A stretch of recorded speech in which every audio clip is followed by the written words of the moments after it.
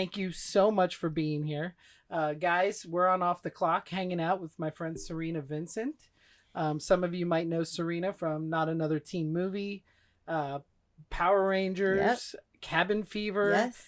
My daughter is a big fan of Stuck in the Middle. Stuck in the Middle. Yes. So I like to say I'm fun for the whole family. yeah, I would say so. I would say so. I know that the first thing I remember you in was Not Another Teen Movie, Mm-hmm. and I never realized you were the same person in Cabin Yeah, Fever. that happens a lot. But in both those movies, you're two of the most memorable characters in those movies. I mean, when you think of either film, we think of you. So Well, thank you. that's pretty cool. Thank you. Yeah, Not Another Teen Movie was one of those well, I remember I feel like every project has like an energy to it. And that is every project that I've like booked really, and it's been like a big thing in my life, has an energy to it. And I remember getting the script because that was before things were emailed to you. People would like deliver the script to Yeah, your you had like a doorstep. messenger. Yeah, come. a messenger. And I got the script and I was like, oh wow, this is gonna be good. And then I read, it was so funny. It was so funny on the page. And then I read the part that, I was auditioning for, which was Areola, the foreign exchange student, spoofing Shannon Elizabeth's character from American Pie. And I was like, why do I have to be the naked girl? Why can't I be any of these other roles? So going into it, you knew you were going to be the naked girl, and I mean pretty much the whole movie. The idea was, because it's a spoof on the foreign exchange, on that character, right? Correct. From American Pie. So the idea was that Areola is totally naked the whole movie, but nobody notices. And originally it was a much bigger role. And so there were many shots in the movie where like I'd be walking by and so something would like cover me here, lots of like funny little things like that. Kind of Austin Powers. Yes, exactly. And I was supposed to be in the big dance number. But there was a minor on set, the kid that played the kid. And you can't have anyone, I think, even working the same day that you doing nudity when you have a child on set, which makes sense. So I did get cut a little bit. But originally, yeah, I auditioned for it. I got the job. I mean, they offered me the part and I didn't think I could do it. So I turned it down. And then they hired someone. They fired her for whatever reason. And then it came back to me. Oh, that's pretty cool. Yeah. Was that I actually would like to start a little bit before that movie. Okay. But you grew up in Las Vegas. I was born and raised in Las Vegas. And how long were you in Vegas till? When did you leave Vegas? So I was born and raised here. I grew up like my mom was a dance teacher in Spring Valley. We had a dance studio in the back of our house. So I grew up like in a dance studio with an attic full of costumes playing make-believe, which was That's just, awesome. Incredible. And I started doing theater here at a theater company called the Rainbow Company. So that's where I fell in love with being on set.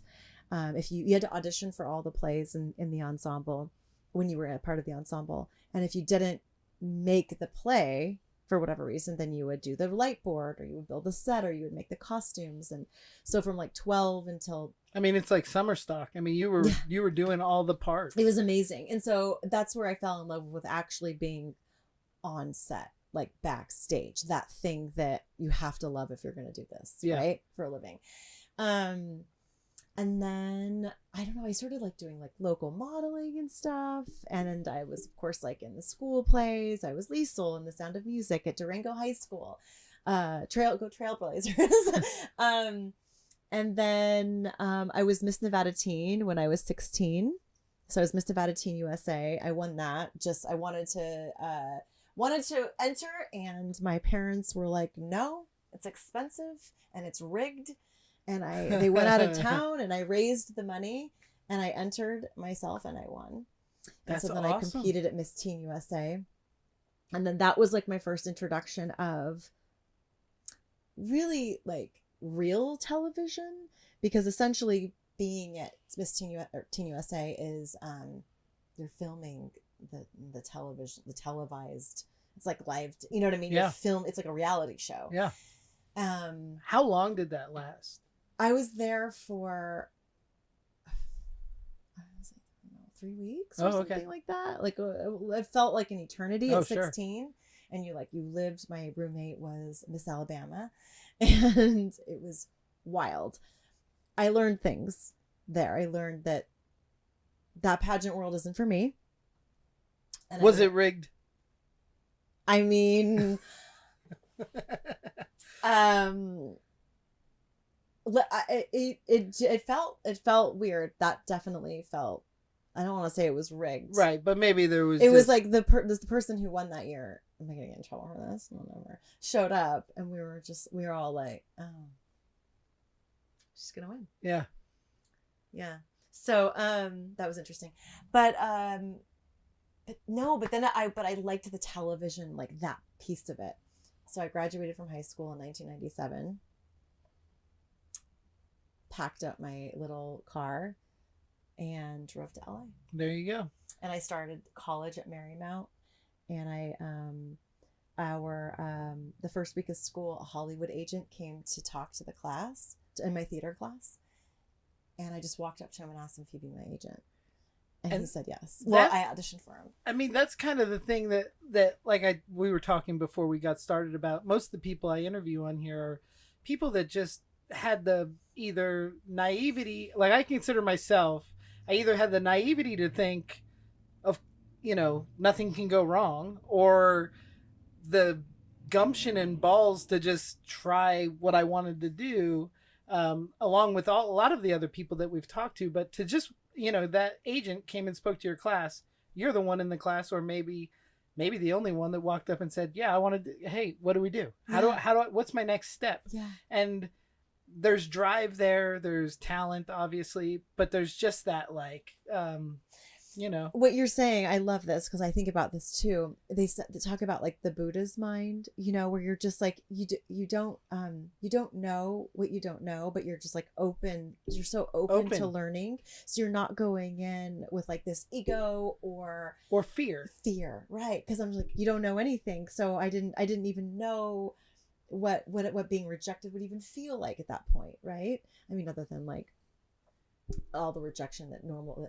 I mean, it is part of being an actress. Yes. I mean, the auditioning and or an actor in general, auditioning, rejection is more often than not. Mm-hmm. But if you don't take it as a negative and you take it as that casting director knows who I am now. Yeah. Let's go to the next one. Yeah. But there's just something so special about not being controlled by fear, because so many people would graduate high school and be like, man, I want to be a Hollywood actress, a star, and go, that's not real. Or if they're in a band, or, I recently did a podcast with a magician from Texas, and he was like, I'm going to move to Vegas and be a magician. And now he has a Vegas show. I love it. I just think that there's a certain type of people that all of us are. It's creative, but it's business smart, and it's there's a savvy to being able to just pack up your car and go. My mother calls it stick-to-itiveness, and I was like, when she first said that, I was like, that's not a word, but it's totally a word. It's a lifestyle. I think that's a lifestyle. It is a lifestyle, yeah. And it is that where like, and I definitely had that young, where I was like, this is what I'm doing. I mean, from the time I was like, I'm entering this pageant, I'm gonna win. My parents were like, no, you're not, and I did, and but then moving forward, being in LA, no money. Right. Totally broke. Right. Nobody came from. No one in my family like knows anything about Hollywood and how to navigate it. This was back before cell phones, right? We had a pager. Yeah, and the internet was in its infancy. I had no computer. No. I didn't even have an email address, right? So it was. I just had a giant Thomas guide, this map. Oh yeah, the Thomas guide with the grid of Los it was like Angeles. This huge map, you guys. The green book, and I'd have to highlight my route to my audition, and I didn't know. Yeah.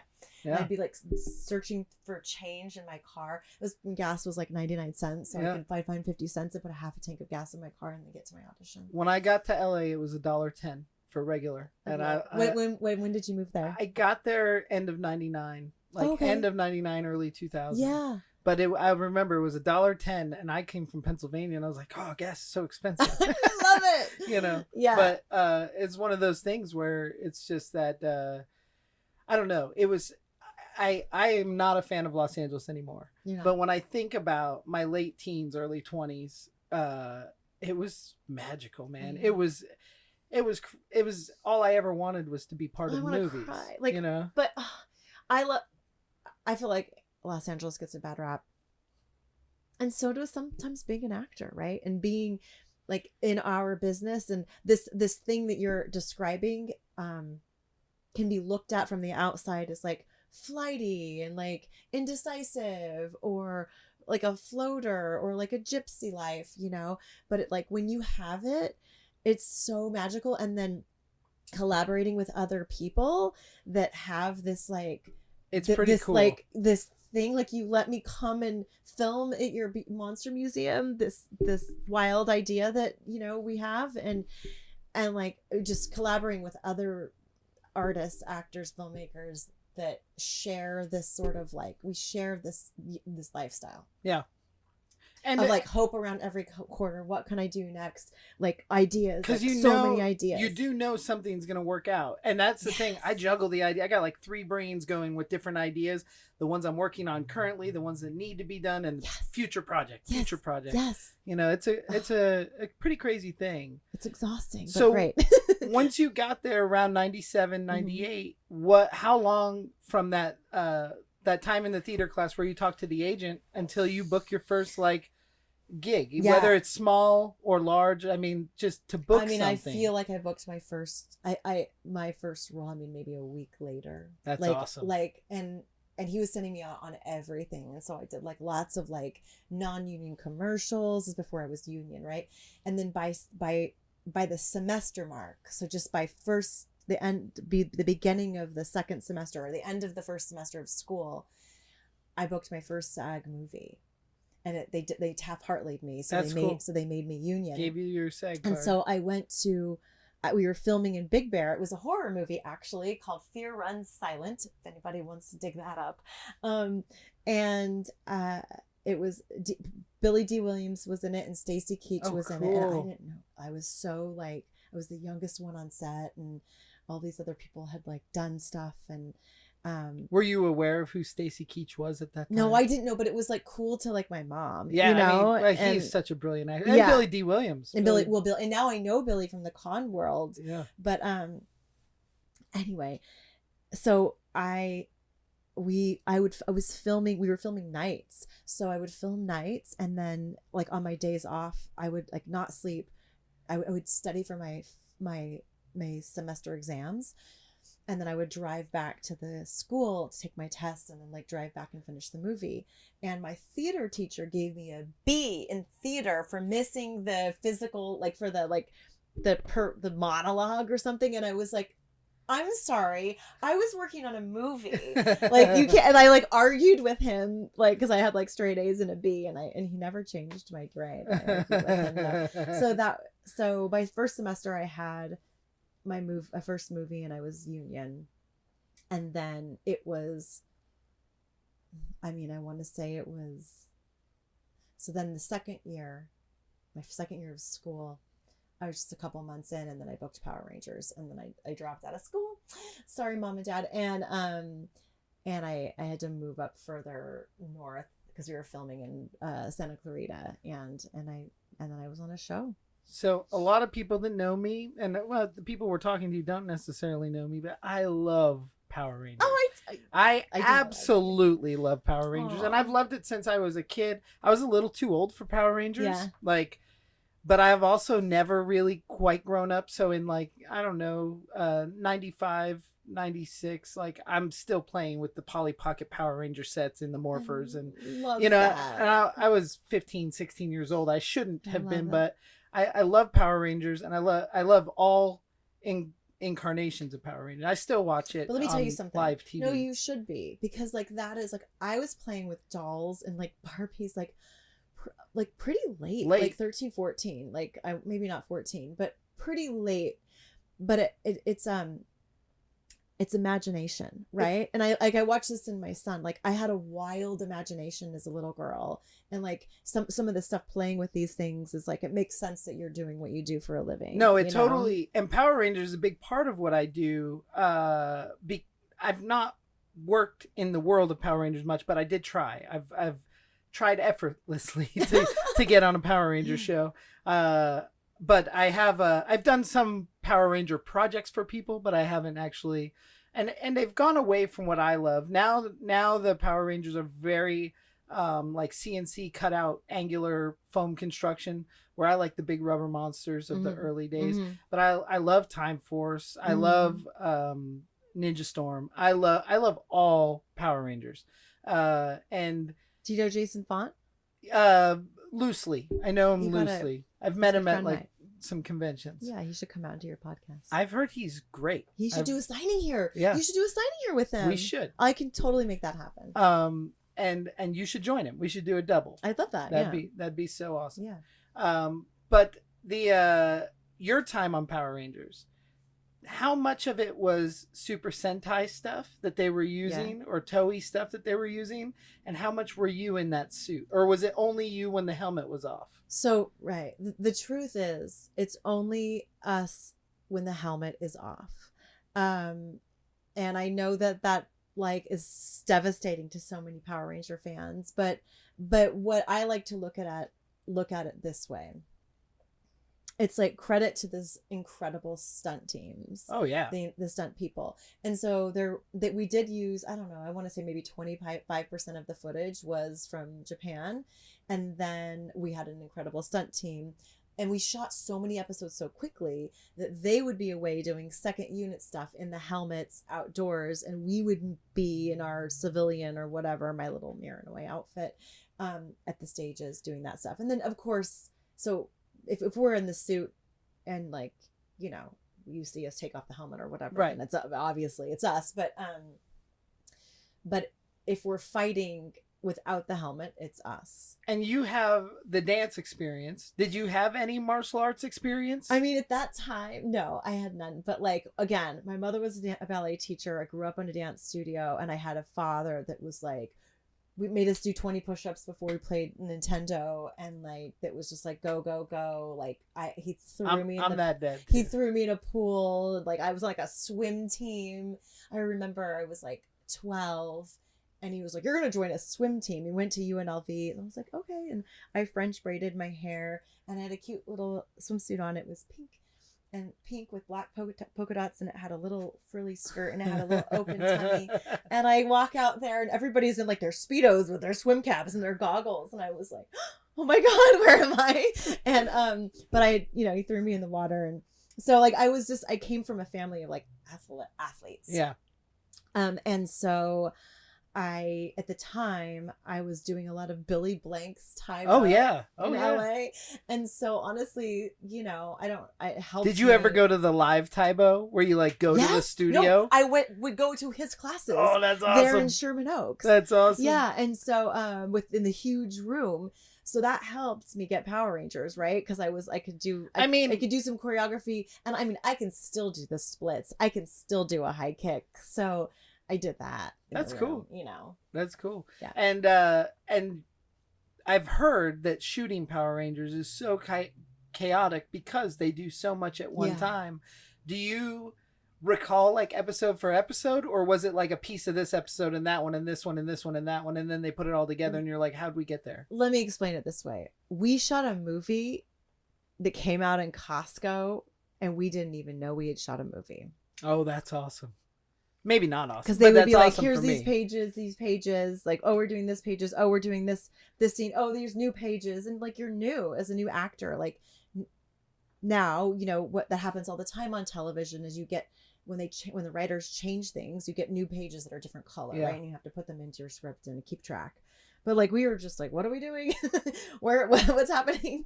And so it was pretty chaotic, but it was, you know, I look at it as my college. I learned how to hit a mark. I learned stunts. I learned the ADR, memorizing, right? And right. It was just like I got thrown in, right? Yeah. And I also replaced someone on that job. They had hired someone, and it didn't work out with her for whatever reason. And so I came in late. It was like a late hire, and it was really I'm just immense gratitude for that series. Your season or your series was I didn't catch it till later in life because I had just migrated to LA. Oh yeah, of course. And Yeah. You just I got gotten to LA and I got a job on X-Files like the pretty quick. Didn't that film right out there in Santa Clarita as well? Yeah, all the time. Yeah. And yeah. there was at the studio there, and then we would go out to Malibu Canyon sometimes. Yeah. We were all over the place. Yeah. But it was season 8 was my first job, in season 9 I was on every episode of season 9. But it was, I didn't watch TV, and I certainly wasn't watching and obsessing about Power Rangers at that moment. You weren't getting up at 8 a.m. on Saturday. No, but I was trying so hard to not be the little kid, because you said like you were the youngest on that first movie you were on. I was like a 17, 18-year-old kid. I was 18 or 19, working with my heroes, you know, and it was but I was trying so hard to be taken seriously. So like I remember like stifling. I remember when the new series came out, and I was like, well, like I don't have time for that, because I'm an adult now. Yeah. I'm an adult. And it wasn't until I don't know, like I started my own company in 2002 and got away from working for other big shops, and it was sometime around 2005 or 6 that my wife now girlfriend at the time was working at Hollywood Video, and I was able to rent out all the old stuff. I love that. Oh, I love that story. Yeah, it was great. But I remember being so pleasantly surprised. But by then you were already from Cabin Fever when I watched it. Oh, okay. Yeah. So I was like, holy moly. Yeah, that throws everyone. Yeah, it's pretty awesome, you know. So how long after Power Rangers before Not Another Teen Movie? I mean, it had to be right after. It was pretty quickly after, but you know, the life of an actor, right? It's like there's so many auditions. There was many, many, many auditions in between. So it feels like an eternity when because there's this thing that happens when you're on a show, right? As an actor or whoever, whatever, you just think that that's going to be your life forever. Yeah. And then it ends. It's the most important thing in the world. Yeah. And then it ends and nobody cares. Nobody cares about you anymore. And you don't have a job to go to, and you start over. And so you start over going to auditions. And at the time, like this next thing I booked after, I think it was after Power Rangers. It may have been after Cabin Fever. Was a soap in New York City. And it was like a recur on a soap opera, All My Children or something. And then cool. I was advised to not do it, so I didn't do it. Then I think, so it wasn't that much time. I want to say, I mean, I was 19 on Power Rangers, and but you know, by the time I finished it, I was 20, and I was 21 when I did Not Another Teen Movie. So it was very quickly. Very, very quick, shortly after, but it felt like an eternity, because it's an eternity between jobs. What did it feel like jumping from TV to feature film, like major feature films, not an independent film? Well, that's that was the other piece of it, right? It was like it was a huge movie, and it was Sony, and it was just like they spared no expense, right? There's it was trailers. It was just like trailers, and it was like your wardrobe. I didn't have very much wardrobe. I had like nothing, right? But like the tiny little underwear I had was like the most expensive you could possibly find, you know?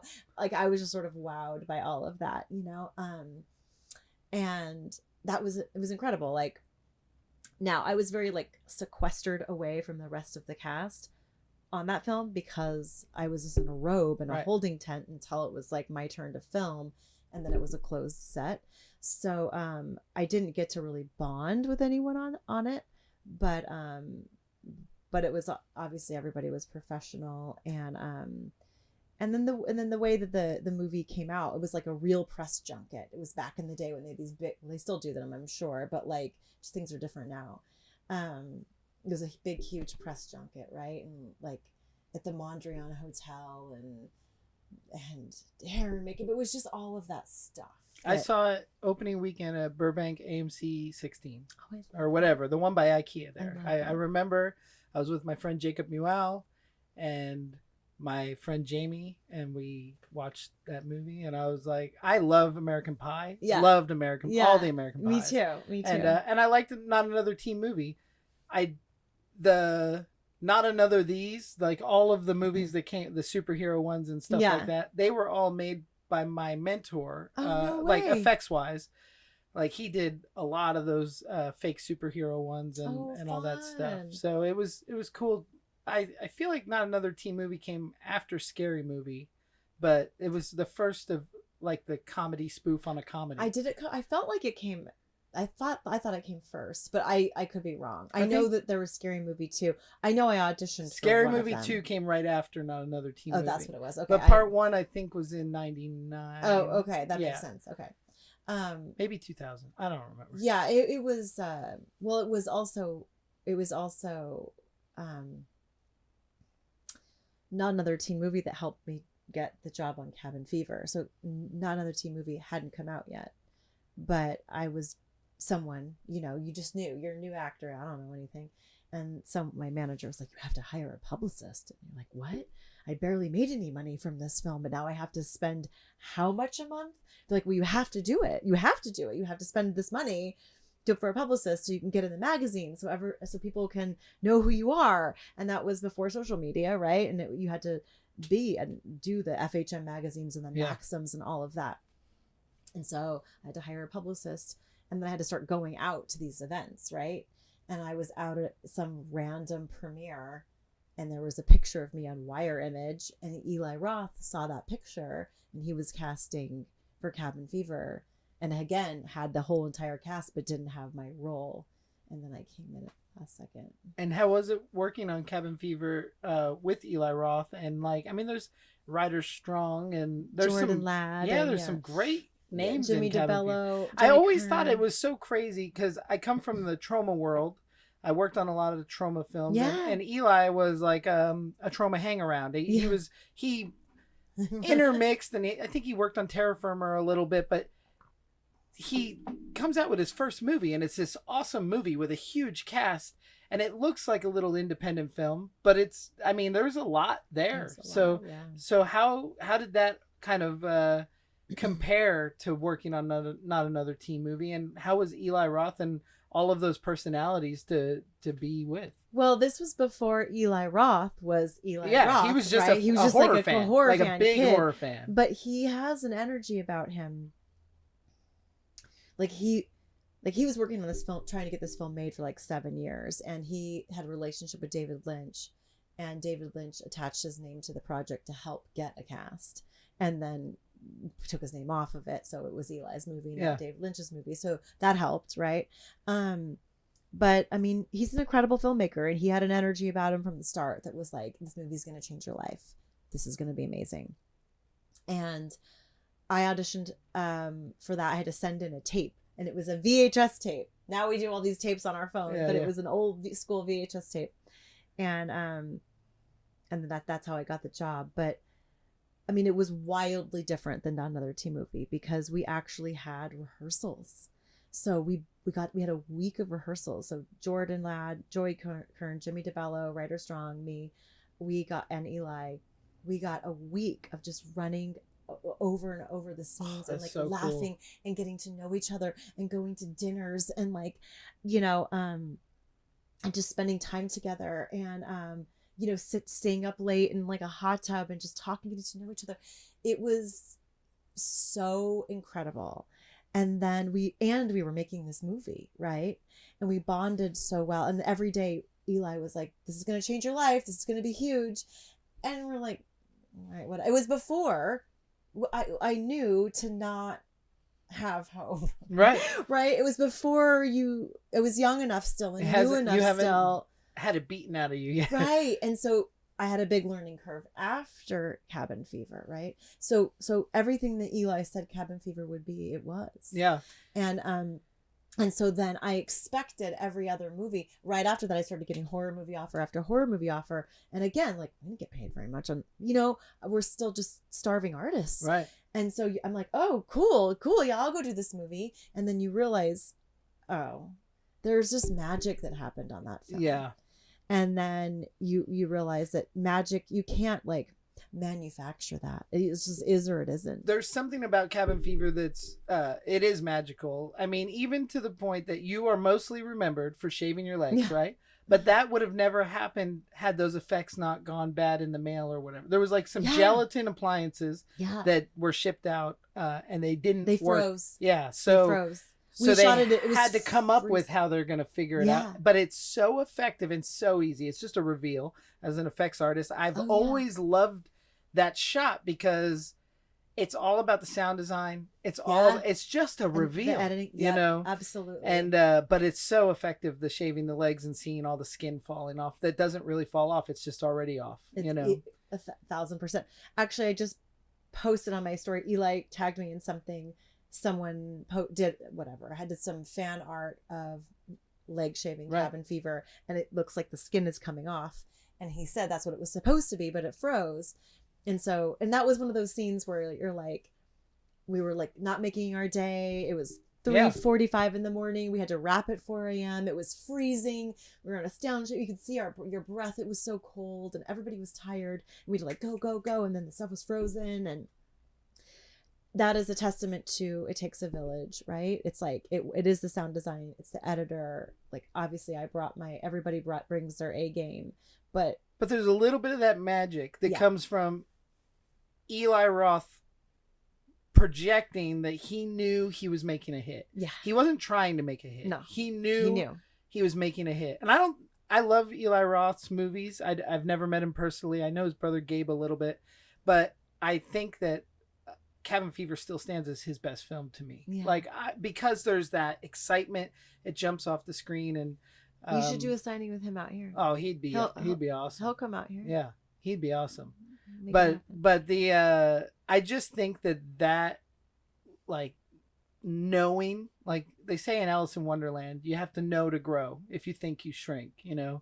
So if you think you're gonna do a good job, you're probably gonna fall short. But if you know you're gonna do a good job, it's and for that thing that you said, you were like, didn't know any better than to be like, yeah, we are gonna change our lives. Yeah. I mean, you guys had, for the horror community, you know, Fangoria was just blowing that movie up, and MTV, like, remember MTV, everyone? Like, you're like, it was on the trailer was playing on the TV. Like, I would just be in my apartment getting ready, and like I would see my own movie trailer. Yeah, you know, that's pretty cool. That's awesome. Over and over again. And so after Cabin Fever comes out, and you do have a lot of attention from the horror world, what was your next step? Because you, like I said, you totally transcend genres. Thank you. This is where it's tricky, right? This is where we're constantly humbled in this business. So after another teen movie and after Cabin Fever, you know, you make it up to like number 4 on the IMDb chart or whatever. It's like you're suddenly on these lists. Oh, you're on a list. And so you get called in for things, you know, projects, but it, that were maybe harder to get into before. Like I remember I read for Tomb Raider, right? Right. And it's like, was I ever really going to get that? No. But like I read for it, you know, that was Angelina Jolie's role, obviously.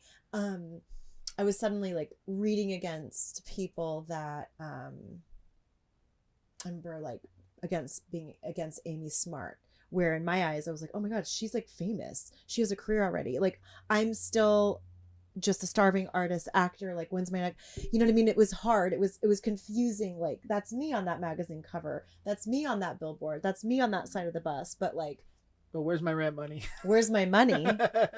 Where's my money? Yeah.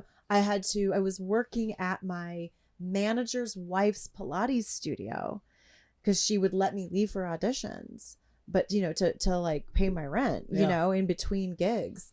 And so that is a piece of, I do feel like actors that like are born with a silver spoon in their mouth, or they have a trust fund or whatever, you do have an advantage when you don't have to work a job during the day and a job at night to pay your, in between all this stuff to make it make sense. Like, you know, you just have obviously more time and space and energy to like nail these roles. So I'm not at all but trying to play the victim at all.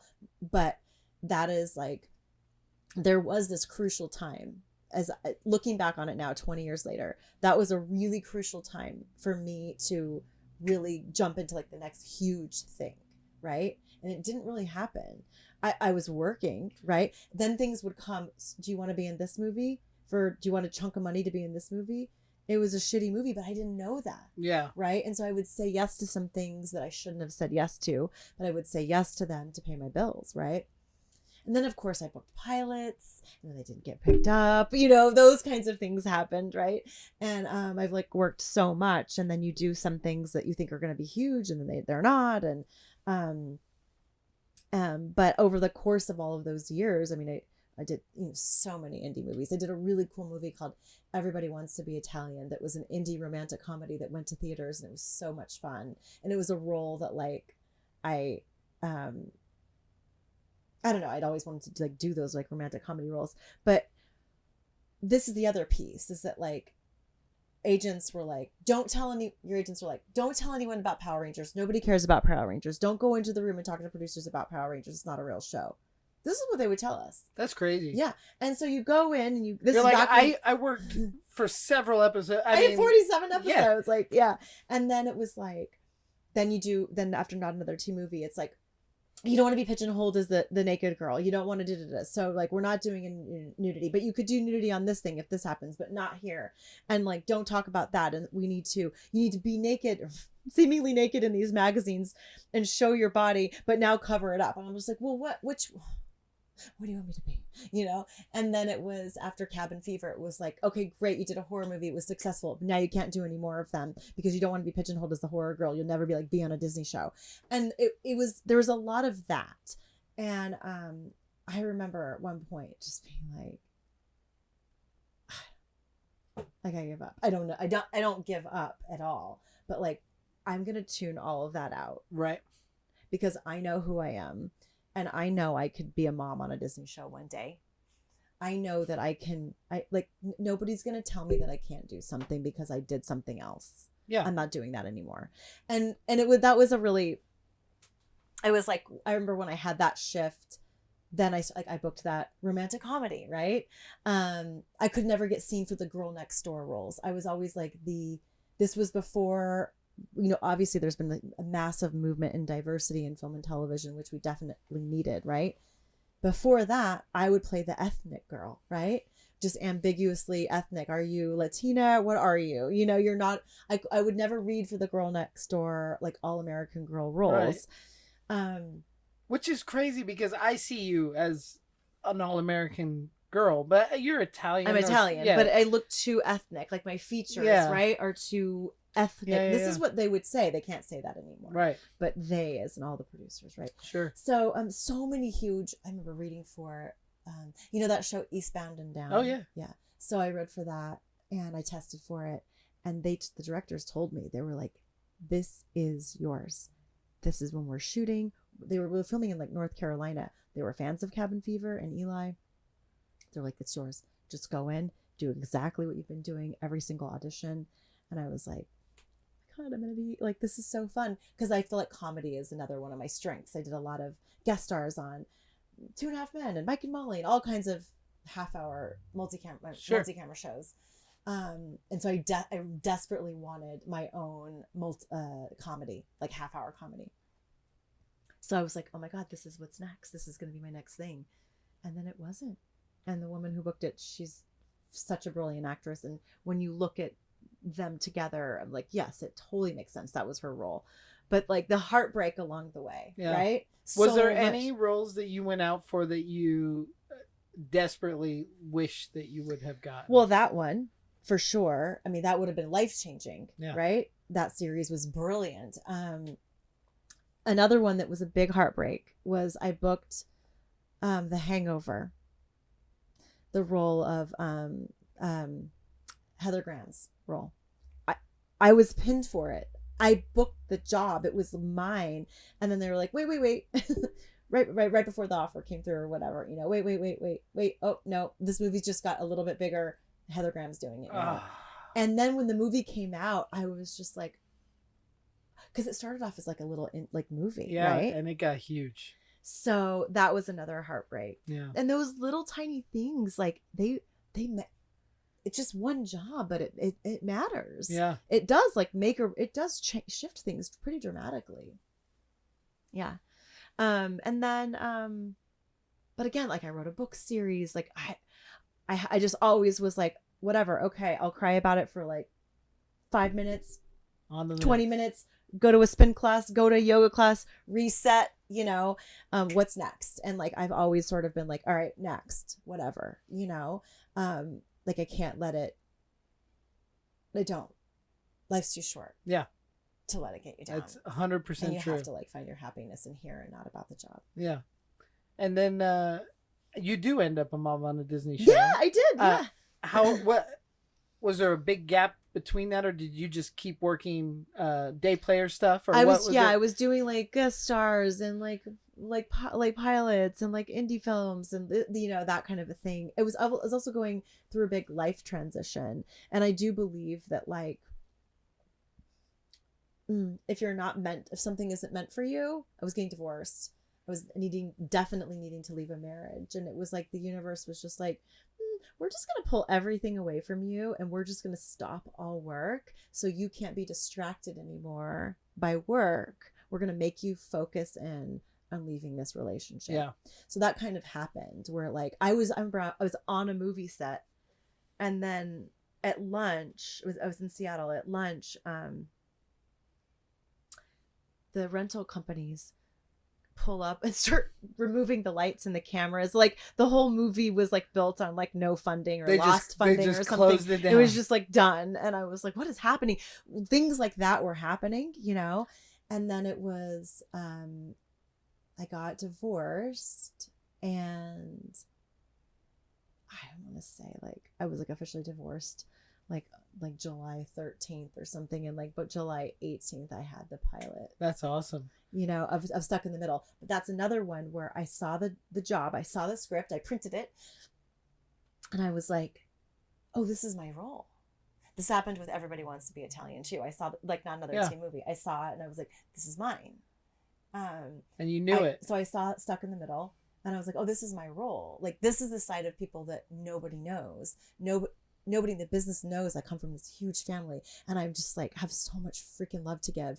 And like I've always wanted like a gaggle of children, and like at the time I didn't have kids, right? I was going through a divorce and in my mid 30s, and I was never I hadn't crossed over to playing the mom role yet, and it was such a big leap from still playing like the sexy whatever like Lifetime movie blah blah blah to mom of 7 kids on Disney Channel. Right. But I was like, no, this is me. I got it. I know this is mine. And so I went to the audition. Am I rambling too much? No, this is great. Okay, so I went to the audition. You can't ramble on a podcast that's about you talking. Okay. Like, am I talking about me too much? Oh, wait. It's about you. Okay, it's about me. Yep. Okay. So I leave the audition, the first audition. I call my manager, my agent at the time. And I said, I just booked this series. And he said, no, you didn't. And I said, I did. And he said, no, you didn't. They want a real Latina actress. And I was like, okay, well, I think I booked it. And he was like, you didn't. And I was like, okay, well, bye. And then I went to a con, and I didn't like the way his attitude. I was like, don't tell me that. Yeah. Don't tell me like that. And I go to a con, and then I was like in the middle of the con, and I get a call from my agency, and they're like, where are you? And I was like, I'm at a con. They're like, what? When are you coming back? And I was like, Monday. They're like, no, that Disney show wants to see you again. I'm like, I told you. Maybe if you hadn't like said you're not going to get it, and you would have called when I tell you I'm going to book this, they would have told you to not have me go out of town. I was like pissed. So like I had to like fly back from that con and go in and read again. And then I left, and I was like, this is my job. And then they were like, no, it's not, because Disney doesn't think you're old enough or maternal enough. And I was like, okay. So I go in again, and I read again, and I slayed it. And like I had this like bond with the showrunner. I was like, she can see it, And anyway, I booked the pilot, which was amazing. But first, before that, they kept saying like, oh no, you won't, because you're not maternal enough. Fuck you. Sorry, but I was like, how hard is it that when you do get that role, you have to peel off a piece of it for these people that don't believe in you. It's so frustrating. I'm like, I'm working my ass off in here, like throwing and this is, this is not self-tape, right? You're going into the room and you're reading for all of these people and like all this stuff. So, okay. So then, which is what I love to do. But, so then I have to test now, right? So we're doing chemistry tests. So it's with Jenna Ortega. Yay. And there's one other actress that is reading to play her mom at that time.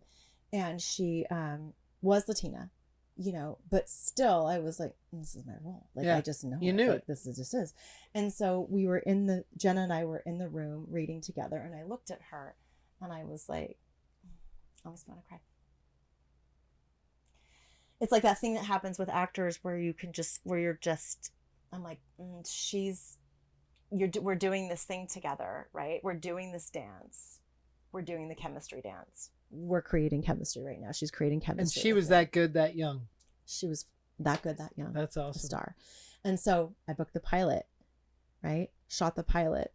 Then the show goes to be getting picked up. They fired 3 kids and recast them, but they didn't fire me. But they were like, we're not going to fire you, but we're still not sure about you. We're still not sure you're old enough or maternal enough after we shot the pilot. So they auditioned everyone else in the city again. And I just, the whole time I was just like meditating on it. I was like, I love these kids. This is not only like a big job, like it's a very specific kind of a role, like to be able to do that quirky comedy. Yeah. But you also have to want to do a Disney show, and you also have to want to spend time with 7 children on set. And like, I wanted all of those things. So I was like, go ahead and date everybody in town, audition everybody in town, and see if you can find someone better. And they didn't, and it was mine. So with going through, I mean, it's a big Disney show. Was there any blowback whatsoever that you are the girl known for shaving her legs to a gory mess in Cabin Fever and the topless girl from Not Another Teen Movie? You know what's ironic is I think that there was. I think that that's probably what it was. Maybe that's the not maternal enough. But right. But nobody said that. Right. Not maternal enough just felt like so insulting. But I just, again, like, you just have to let this stuff. You read that book, The Untethered Soul, and everybody read that book. I had to just like let these things roll by me, Can't get mad at it. But the oh shoot, you said something that made me think of something. What was it? The gory girl or the topless but girl? what it was Sean Tarkington, who is an executive producer, who was a big producer on Power Rangers, at this time worked at Disney. And so someone from my Stuck in the Middle team there went to Sean's office and said, how's Cerina Vincent? And he said, she's lovely. And he really helped me get that job. Yeah. And that's that thing that I believe everything in this world happens for a reason. Yes. And I mean, I think Power Rangers is an amazing opportunity, but for it to play into this other amazing opportunity, I mean, I feel that's what happens. Like, whenever something really awesome happens, it usually tethers back to the past, or it leads to something in the future. I totally agree. And it's like, this business is like one audition at a time. I tell young actors now, I teach young actors with a studio in LA, and I tell them it's just like, it's one audition at a time. It's one relationship at a time. Like, bring your best self, bring your kindest self, and you just, it's one thing at a time. And then you look back and you've had a career. Do you have what you've done? I mean, yeah, it is. And I've had multiple careers, because I'm also that person. What's next? What's next? Yeah. So, I mean, I feel like I've conquered my goals in the makeup effects world. I've worked with all my heroes, and then I've been directing films. I own the Monster Museum. Yes. But it's always fun. If it's not fun, then I'm done. It's if always it's not fun, then I'm done is a good book title. There you go.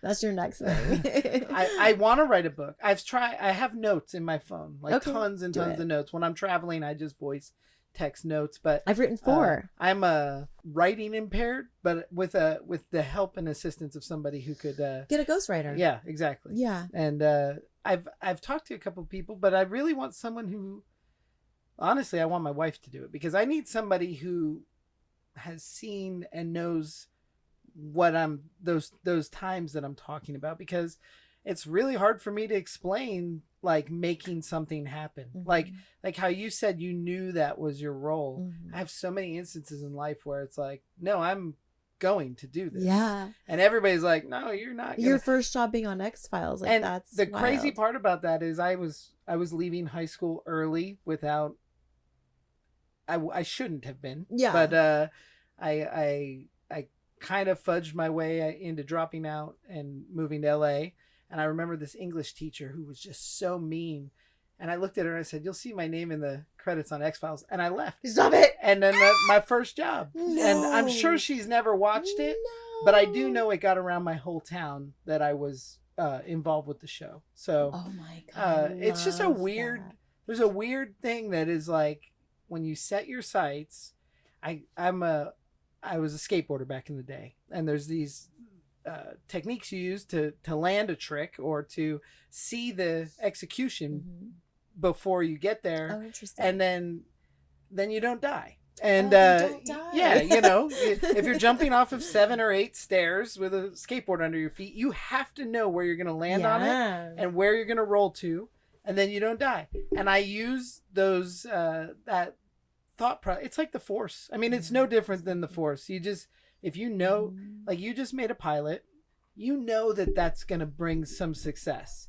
And I believe it. I can feel the energy that you knew that. And I feel like if it doesn't turn into a full-blown show, that experience will lead you to something for that sure. is I've learned so much already. Yeah. Do you have a project that you've done? I mean, I maybe after Stuck in the Middle, I don't know how much further I am familiar with So your let me work. tell you what. So Stuck in the Middle ended in 2018.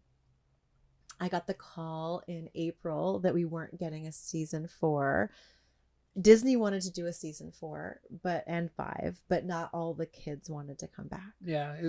And so it was problematic for that reason. And so I got a call that we weren't moving on, and I was so bummed. I was so sad. And then the next month I got pregnant. So you get your own. And I didn't even, like, I had a million doctors tell me I would never have a kid. So it was such a miracle. And so then I got, I had a baby. And when my baby was 2 weeks old, I got a call from this director named Michael Pfeiffer, who I've done 5 films with. One of my greatest mentors. Oh, yeah. My career starts. Oh, yeah. Well, yeah, we met. We met through him. Yeah, we did. Yeah. But my career started. I was taken seriously for the first time by Michael Pfeiffer because I was the little guy that worked at all the big shops on bigger shows like Buffy and X-Files and that stuff. But then Mike hired me as the guy. And he was really the first that took a chance on, like, he looked at my resume. Yeah, I've worked on a million of these big movies, but he was the guy that was like, you can be my guy, but I'm not easy to work for. And he was easy to work for. He was a mentor. He taught me so much. He's so wonderful. Yeah. And so Michael Pfeiffer called me when my child was 2 weeks old, and he was like, "I got a movie for you. I got a movie I want you to be in." And I was like, oh no, I just had a baby like 5 seconds ago. And he was like, "Oh, I know. He's like, you bring the baby, and I want to be the first person to bring you back to work." And I was like, wait, what? And I'm like a new mom. I'm trying to figure out how to like feed the baby, and no sleep. You know how it is. And like, so 3 weeks old, I go to the wardrobe fitting with my baby, and like, again, like, I don't know what the F I'm doing with my baby, and I'm like in the wardrobe fitting, and I like, my boobs are like I'm already top heavy. They were like just I couldn't get them into wardrobe, and I was like, recovering from an emergency C-section, and so by week 4 I was on set doing a movie. And I remember that the night before day 1, I had 0 sleep. I never went to sleep because the baby was up all night. And then I woke up, even though I never went to sleep, with pink eye. So I show up on set with no sleep and pink eye. That was like I was like, this is the hardest thing I've ever done. This is the hardest thing I've ever done. And it was such a I don't know, a big epiphany of like, oh my God, mothers are amazing. Like, you think your set days are hard, try it like this. Yeah. And so then I was like in my trailer pumping milk and all that stuff. So right after I had him, I did that movie. And then I was like, all right, maybe I'm not quite ready to like go back yet. And then I did like an episode of NCIS.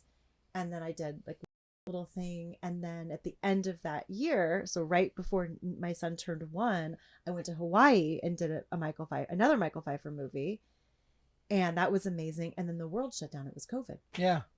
So like that sort of like and then during that since then I've done working a little, I've done like 9 movies of just small things, indie things.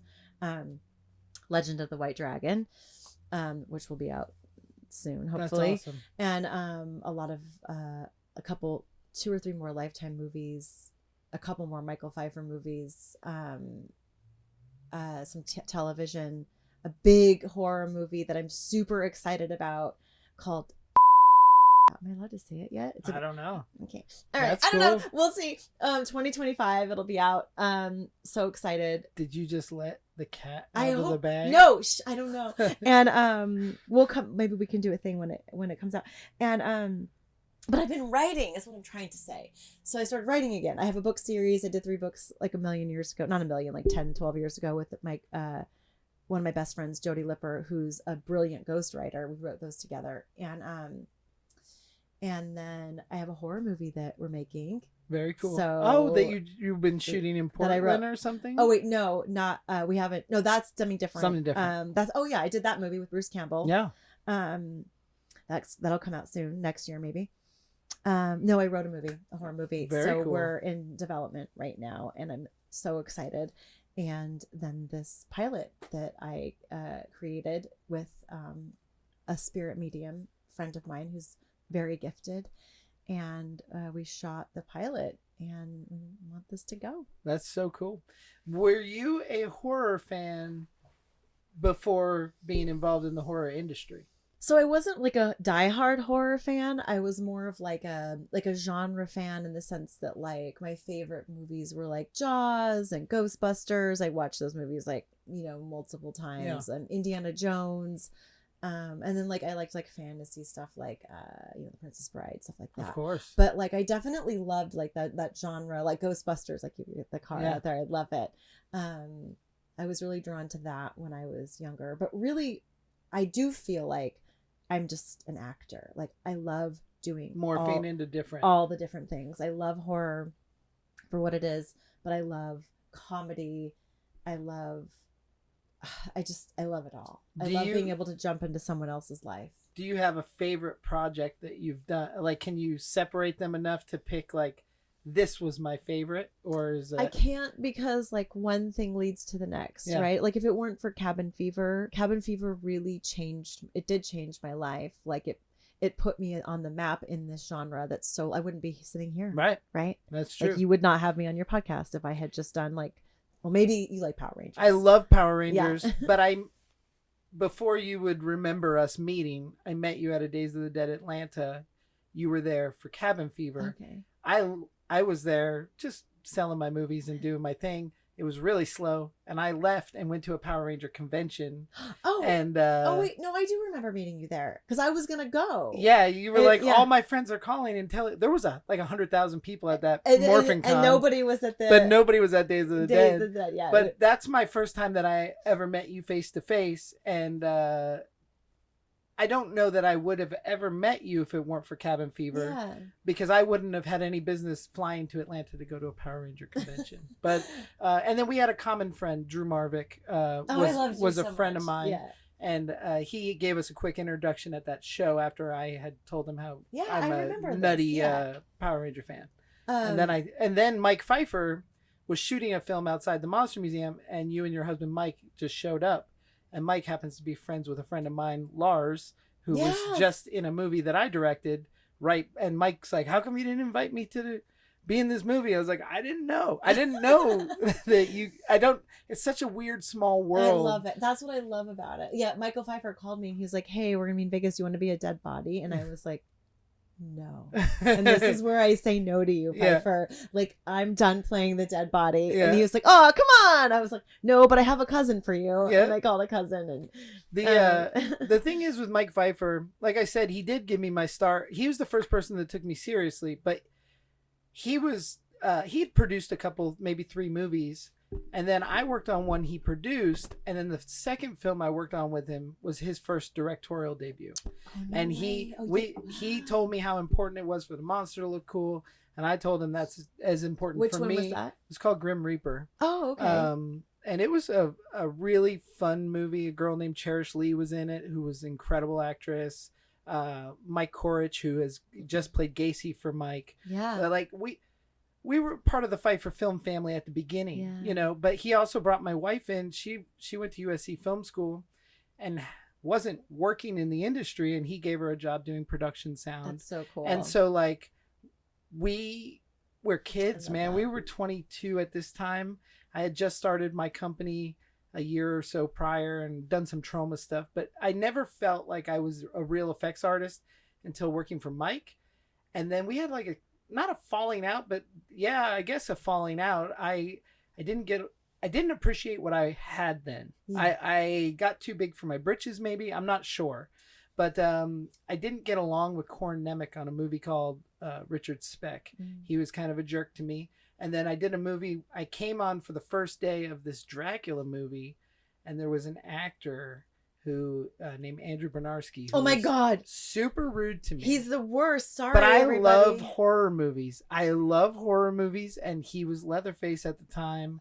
And I showed up and he was so rude that I quit. And I left an effects artist there named Dennis, who's was great. That on a Pfeiffer film? It was on a Pfeiffer film. I didn't know he didn't leave with Andrew. And I quit. And then me and Mike never spoke for years.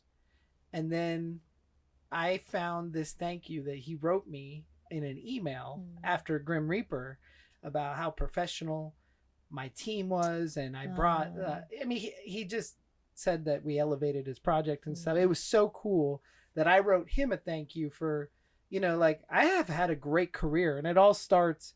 I work with Kane Hodder to this day because I met Kane on Mike's movie Ed Gein. And like, I don't know, one thing leads to another. I've had this awesome life, and I wrote Mike like this cool thank you. And then he's like, I'm going to be in Vegas. Maybe I can come to the Monster Museum and shoot a movie. I was like, of course you can, you know, whatever you want to do. And he came out, and he still has that awesome respect for, like, I mean, he's always kept up with what I do. I was on a reality show, and he wrote me a nice thing then too, but it was called Face Off.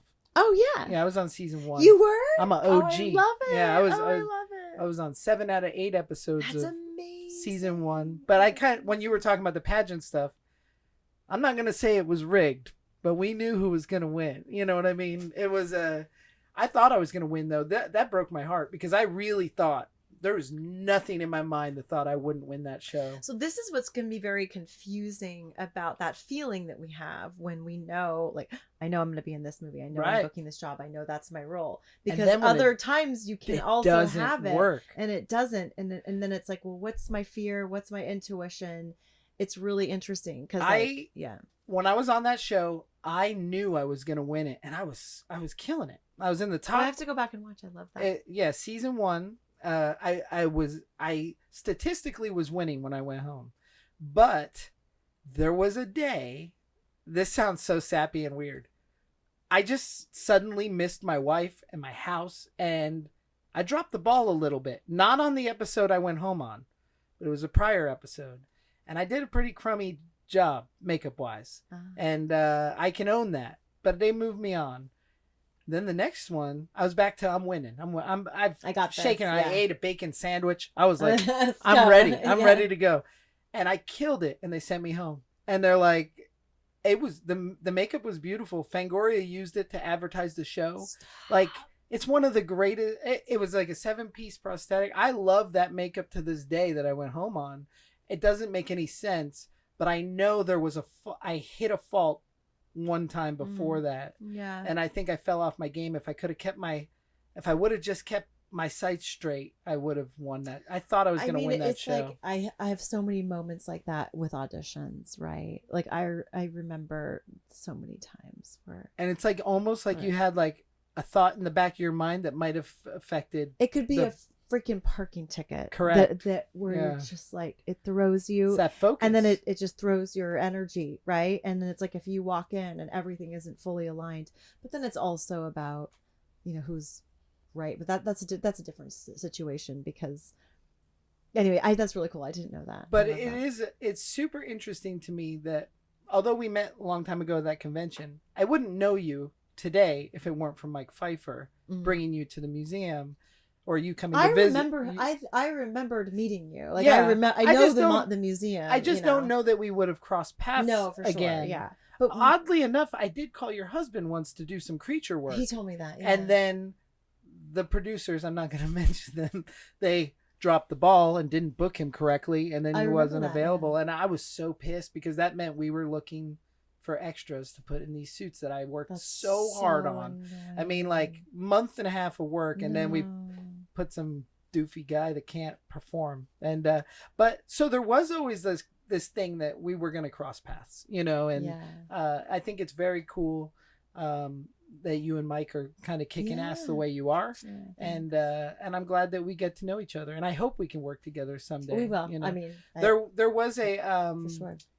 cool moment recently in my life. We just made a movie called Bloody Bluff where I put Mackenzie Westmore, who was the host of Face Off. Oh, I love it. She performs, she plays the mother in our movie, and she was great. Oh, knocked it out of the park. But it's like this, we got this 13-year, we have not seen each other since then. That's so special. That's but she moved to Vegas, and she stopped at the Monster Museum. Oh, that's so cool. And her husband's a very famous effects artist, Patrick Totopoulos, and he shot like kind of like what you did. Like he came and did a video shoot at the Monster Museum. Oh, cool. And the next thing you know, me and Mackenzie are working together. It's that weird reciprocal, I don't know, man. Good people continue to find each other. I agree. And I think the positive vibes just bring success. I don't know. I think, well, it's just, I need to change it into monetary success. I've never been money motivated. And I think that's part of my problem, because I've achieved everything I ever wanted, but I haven't found that, like, I don't know. Well, the manifestation people would say, just by saying I've never been money motivated, you're telling the universe my whole life I'm not money motivated. So I like to change that. I am definitely now similarly. Like, I didn't come from this pile of money, right? I didn't come from the silver. I started telling that story in the beginning, and that like I definitely felt like the starving artist, like starting out, right? And so I've had to work really hard in changing my mindset about that as well. It's just like listening to how we and also like I don't ask, I don't act for free, you know, and like and it's my my job. Yeah. And so years ago, I said yes to too many things because I didn't want to say no. Right. That's that sink or swim kind of survival feeling. But when you mentality. say when you place your value a little bit higher, you're going to bring in a higher quality of whatever. Right. And like you have, as actors, luckily have people reflecting that back to me, like agents and managers that are like, don't do this movie or don't do that all the time, right? Like, when we want you back on a series, don't do this thing, And so, but as the actor, I'm just like, I just want to do it all. But yeah, maybe now is the time that you say, now I'm money motivated. The last 2 or 3 years I've been changing that. Why shouldn't you be compensated well for your art? You should be. I believe that now. And I think that kind of similar earlier in my career, I would never have said no to a job. There's not a job I would have said no to. And then in the last 2 years, I feel like it's harder to find a job I'll say yes to. As far as being an effects artist and a director now, because when I first started directing, I took some really low budget things that other producers were offering me. And I was like, yes, I'll do that. I'll do everything. I want to build my repertoire. And now I'm like, I'm good. I got my own stuff, you know. Yeah. Yeah. I think that's a good thing. Boundaries. Yeah. Yeah. Or just and just raising the bar for yourself. And I mean, we can do that in any business. It doesn't have to be our business. No, but just, yeah. and just in anything in life, right? It's just saying like no to things that aren't aligning with what our ultimate desires are. I'm really trying to be, but now as a mom, I'm like, it's, you know, my energy is so split and my time is so Yeah. split. It's like, I have to be like, things have to really make sense. It either has to be like a money job Yeah. or it has to be like passion, Yeah. you know, because I'm not going to leave my kid for Right. And that's nothing. what's changed a lot of. About 2 years ago, I was traveling so much for conventions and for work. I got 2 kids at home that I don't want to miss that time, you know. So we've really put the brakes on like doing stuff that doesn't make sense. Yeah, you know doing what I stuff mean? that doesn't. Yeah, Mike and I have this talk all the time. Yeah. Because we both travel a lot. Yeah. Did you ever think when you're at the conventions, you are primarily signing stuff based on the beginnings of your career? You know. So when I first started doing conventions, it was for primarily horror and all the Not Another Teen Movie, FHM magazines, all the sexy stuff. No, and I would like randomly get the obscure like horror fan. I'm sorry, Power Ranger fan that was like, I like you from Power Rangers. Do you have anything? I was like, no. I didn't even have that stuff on my table. And now that is huge at cons. So that's been really cool to see. I feel like I said, I was into Power Rangers a little too late, and you know, I was a little too old when it came out, but I still loved it so much that I got made fun of pretty hardcore. I feel like all those kids that have made fun of me have now come out of their Power Ranger closet for sure, because everybody was watching Fox after school, watching Power Rangers and so Saturday morning. Whether they wanted to admit it or not, in 7th or 8th grade, I find it to be true. I'm those same guys are the ones wearing a Power Ranger shirt from Hot Topic right now. 1,000 from Hot Topic, 1,000%. And I'm just like, I know you. I was, yeah. But I love the Goofy monsters in Power Ranger. I always did. I wanted to make Goofy monsters like that my whole life. And you are. Yeah, it's cool. It's so I cool. I always tell my friends and family that I want to open a Power Ranger pop-up museum that's just huge, like giant oh my god, did you know they just auctioned off all of our stuff, all of our costumes? I'm so sad. Yeah, a couple of the people bought them. That's cool, but I didn't. I like missed it. I was like, oh well. Yeah. So if you're listening and you have my suit, you didn't get away. You didn't get away with any of the costume. You never. Nothing. I got a pair of pajamas. They're pretty cute. I wore them at Morphicon for a photo op. That's cool. And that was pretty much it. Yeah. Well, before we wrap this up, what is next for you? Like, what I know you made the pilot and you're writing a horror film, but what do you want to achieve before this is all wrapped up? What do you want to be known for? Before this is all wrapped up? Well, first of all, I hope I need to live forever because I'm an old mom. So like, again, I don't want to wrap up anytime soon, but definitely, I'm not done as an actor. Definitely know that I'm not done as an actor. However, I'm really excited about producing. I'm really excited about writing. Like I said, I have this horror movie that we're going to make, and I like this pilot that we filmed. It's a non-scripted, and you know, someone else is the star of the show, and that's so fun. It's like fun to build a show around someone else. And so I hope to direct. I hope to and I also hope to continue to crisscross genres. I want to do horror. I wrote a kid's book called Everybody Has a Belly Button that came out a couple of years ago. It's teaching children about skin color and race and equality from the time they're teeny babies. And so I have like 5 more kids books that I've written that need to come out into the world. I hope to just continue to like cross genres and do comedies and do horror and do dramas and write, direct, produce, and just be the best mom I can. Well, I think that you're probably a great mom. I think Thanks. you're a fantastic actor, and I've seen you producing and managing the crowd, and it's amazing. So thank you so much for coming out here and Thank you, doing this with Tom. us. It's great to hang out and get to know each other a little better, and I would love to do this again when you have something really Yes. big to talk about. Yeah, that one movie that I shouldn't have said anything about. Yeah. Yeah, let's do it. We can Yeah. put a little beep over it. Okay, Beep, beep, beep, beep, beep, beep. Yeah, perfect. Yeah, awesome. All right. But, thank you, so Tom. much. This is so fun, and I hope that we can work together. We will. We will. We will. It'll happen. It'll happen. Awesome. Yay. Mwah. Bye, guys. Hey guys, it's Tom Devlin, and thank you for joining me on Off the Clock. I am so stoked to be taking a break from my busy life to sit down with my buddies and talk to them, and I love that you guys get to hear it. If you have any questions, leave them in the comment section, and we'll see you next time.